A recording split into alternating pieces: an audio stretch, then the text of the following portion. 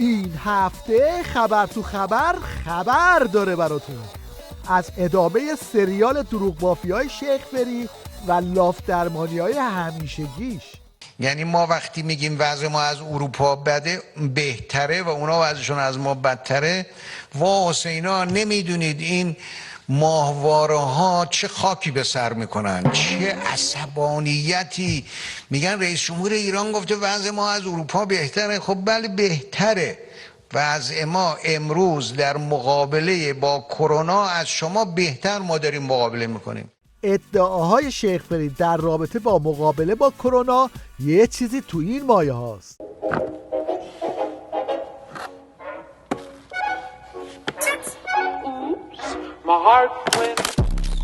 عظما هم هرچی گشت دستاوردی پیدا نکرد، به همین خاطر گله های بسیجش رو به رخ کشید.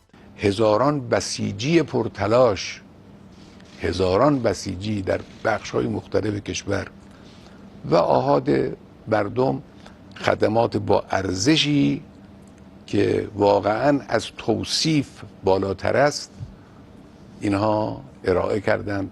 حالا بریم ببینیم این گله های بسیجی چه گلی به عمامه عظما زدن. یه نمونهش ساخت این دستگاه مسخره است که معلوم نیست چی میپاشه.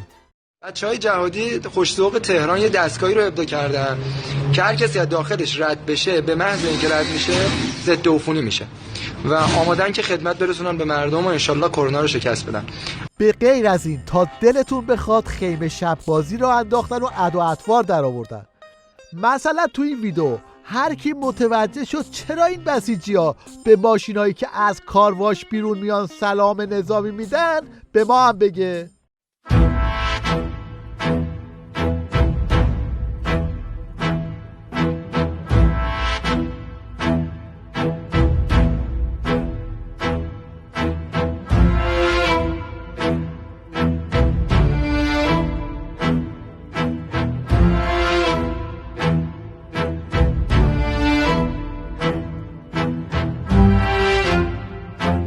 این هم یک نمونه از واکنش‌های مردم نسبت به بسیجی‌های ناقل ویروس.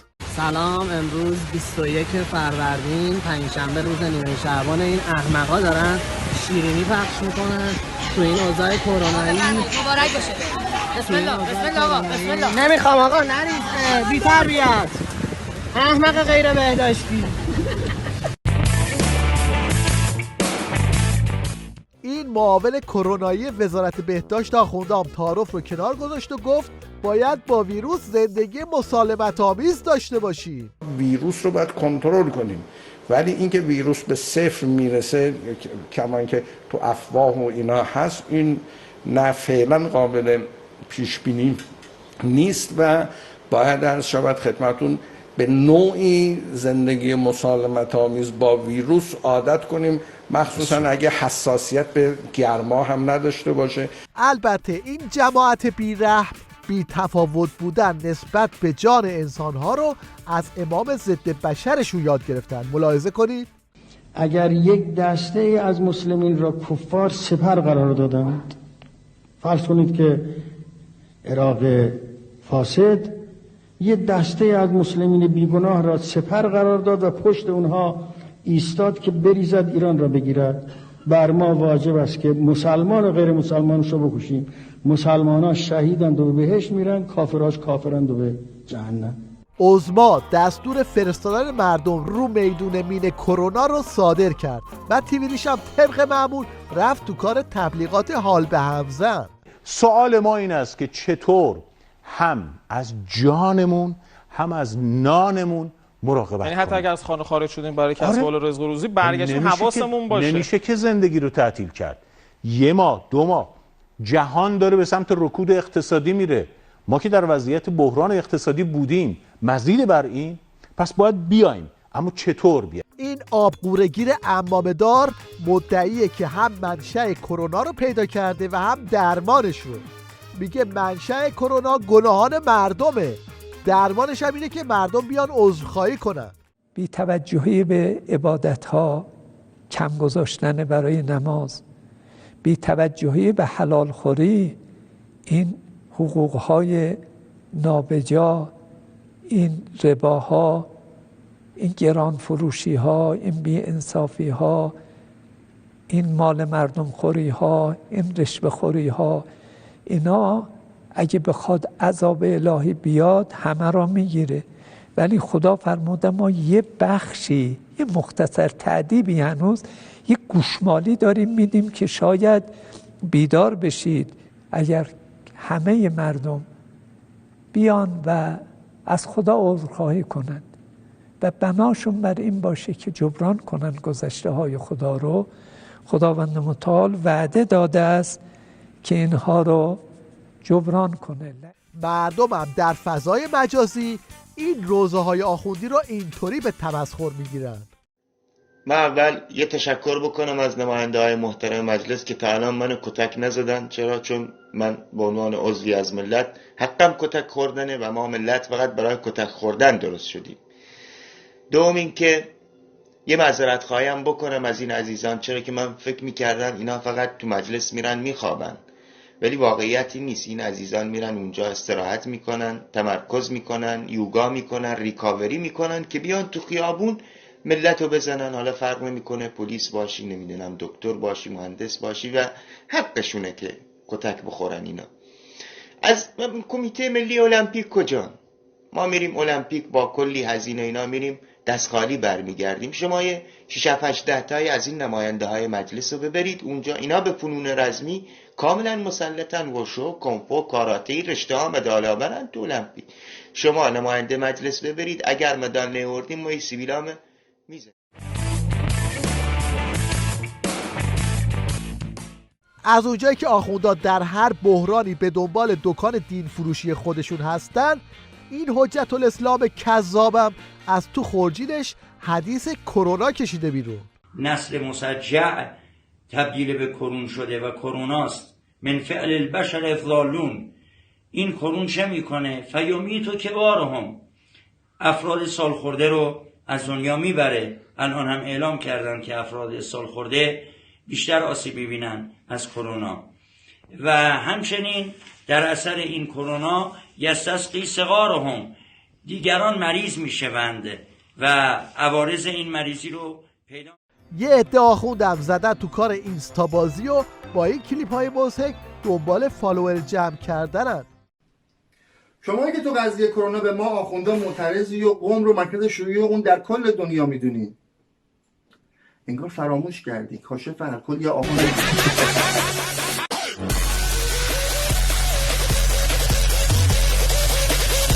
الان آمریکا هم مدیر ما آخوندا. از اونجایی که بسته شدن جمعه بازارهای آخوندی به دلیل کرونا کار و کاسبی آخوندا رو کساد کرده، این بسیجی‌ها به فکر جمعه بازار اینترنتی افتادن تا کمبود عربده کشی‌هاشون در این مدت رو جبران کنن. درود بر شما. اکبر آمریکا! اکبر آمریکا! اکبر! خداحافظ. بیاین خداحافظ. این طور که پیداست این دوتا تحمل فشار بار بحران‌ها رو ندارن و به چنین وضعیتی افتادن.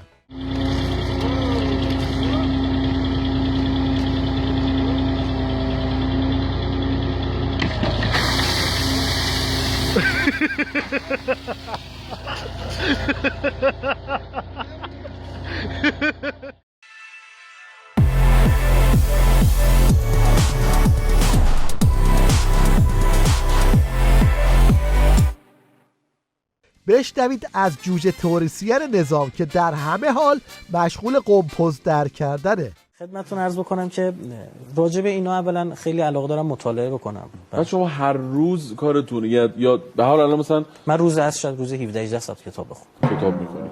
یعنی روز از شاید روز 17 ساعت کتاب بخونم. روز از شاید روز 17 ساعت کتاب. به اینکه یه نفر چطور میتونه 17-18 ساعت در روز کتاب بخونه کاری نداریم، اما ببینیم محصول این کتاب خوندن‌ها چی شده و چی از توش بیرون اومده.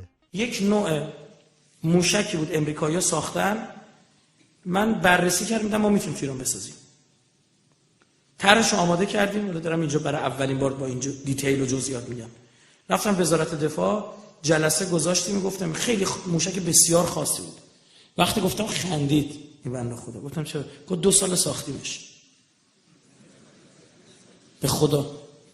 بعد به من نشون دادن، مثلا لذت بردم. گفت 2 سال ساختیمش. این موشکی که اینا ساختن احتمالاً یه چیزی تو مایه های این بادبادکه که برای پروندنش هم باید این کارو بکنن.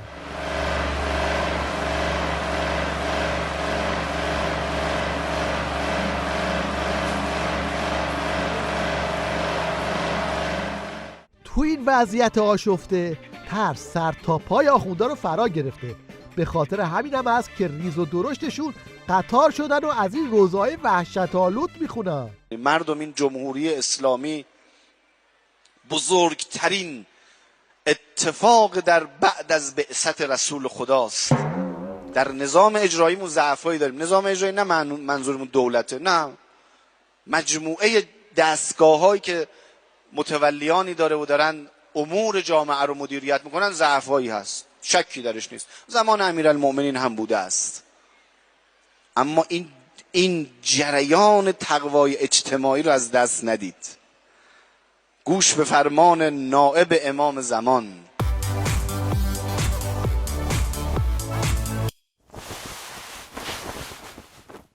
در پایان توجه شما رو به هنرنمایی کوچولویی جلب می‌کنیم که با همخوانی این روزهای مردم ایران همراه شده و سرود ای ایران رو با لحنی کودکانه میخونه. بخون. ای شمرده.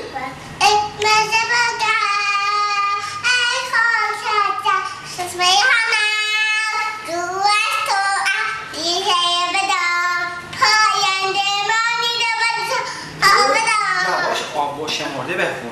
پاینده مانی تو بدون قسم من جنگ خوابه منو هنر جان من فدای خواب سپاک می هنر دور از تو